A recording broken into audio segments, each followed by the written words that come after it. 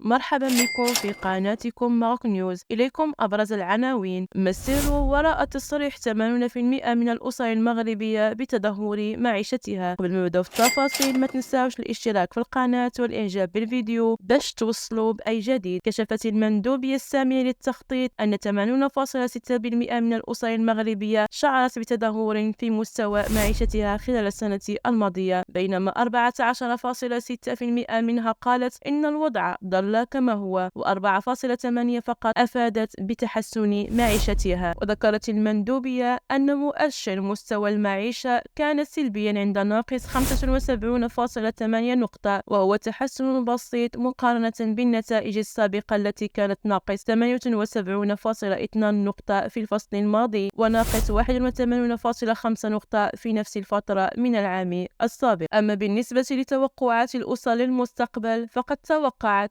56.9 أن الأوضاع ستزداد سوءا خلال 12 شهرا المقبلة، بينما تتوقع 35.5% أن الأمور ستبقى مستقرة، و7.6% فقط تأمل في تحسن. بلغ مؤشر توقعات الأسر ناقص 49.3 نقطة مقارنة بناقص 49.1 نقطة في الفصل السابق، وناقص 41.7 نقطة في العام الماضي. كما أوضح البحث الذي أجرته المندوبية أن مؤشر ثقة الأسر بقي شبه مستقر خلال الفصل الثالث من عام 2024، حيث وصل إلى 46.2 نقطة مقارنة ب 46.1 نقطة في الفصل السابق، و 46.5 نقطة في نفس الفترة من العام الماضي.